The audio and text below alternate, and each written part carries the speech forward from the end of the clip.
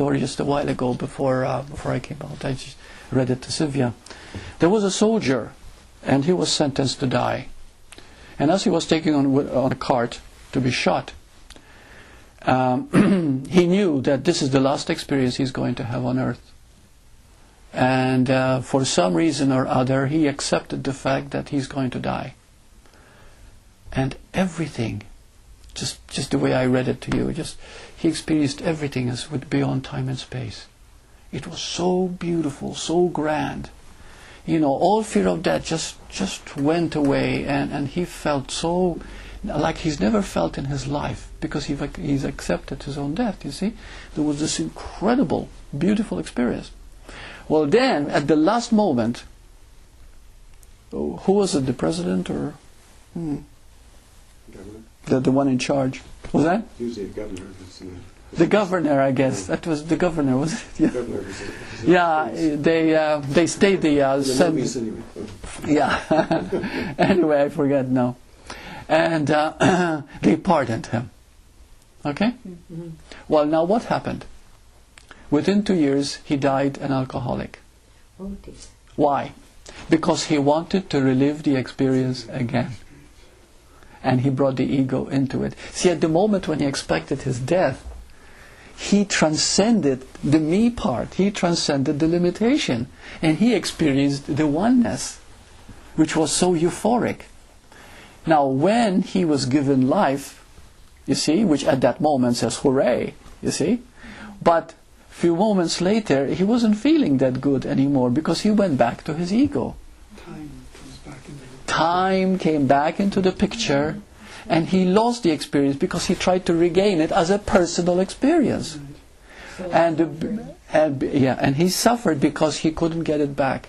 And so he started to drink, because he felt if he can forget himself, he can relive it. And he died a drunk 2 years later. Escaping into alcohol. Escaping into alcohol. And you cannot escape yourself. There's only one self.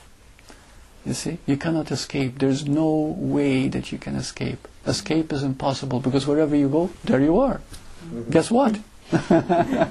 You see? You always take yourself with you. Your thoughts, your experiences, your past, your memory, everything. Can I ask Burt about the place then of meditation? It seemed that the Buddha used that practice, I guess, to kind of escape his ego, or at least I guess that sort of the words come up that way. Yeah. Well, in Buddhism, you see, most Buddhists, now this is not a judgment, okay?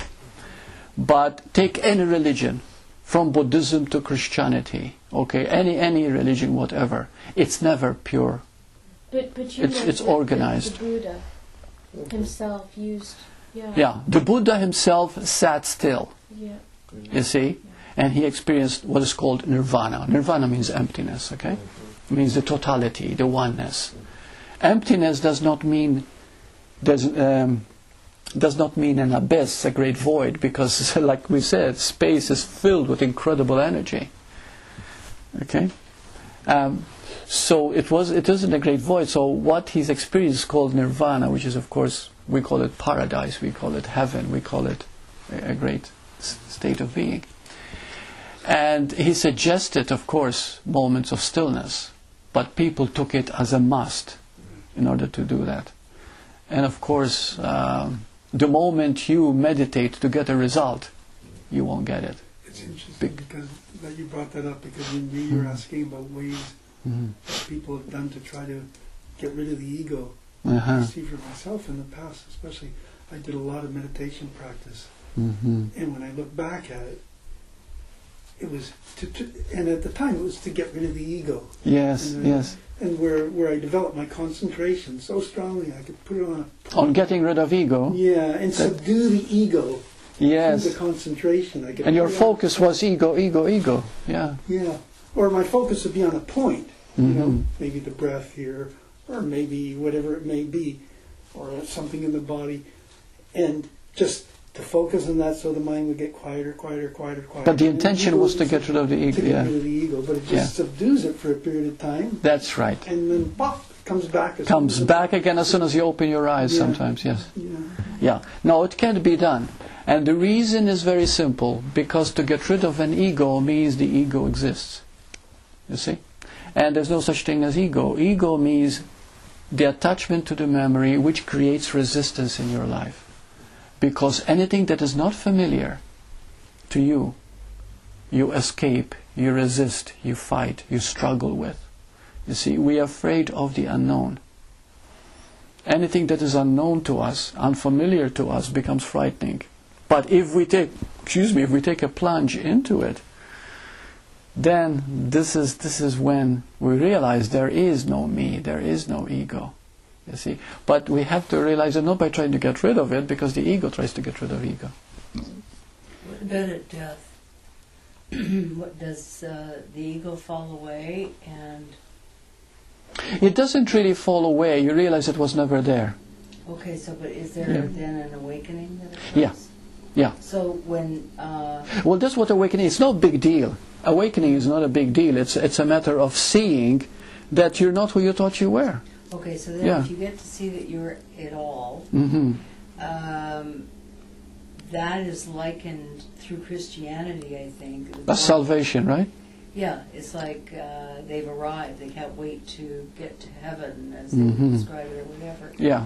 So wouldn't that be what happens then at death, and then there's this experience, Mm-hmm. and they know they're the ocean. Yeah. I mean, that's not how they would describe it, but Yeah. Yeah. If we wait for when we die, then what happens is that we create a picture. You see, and that picture can be disastrous, because we always get what we picture.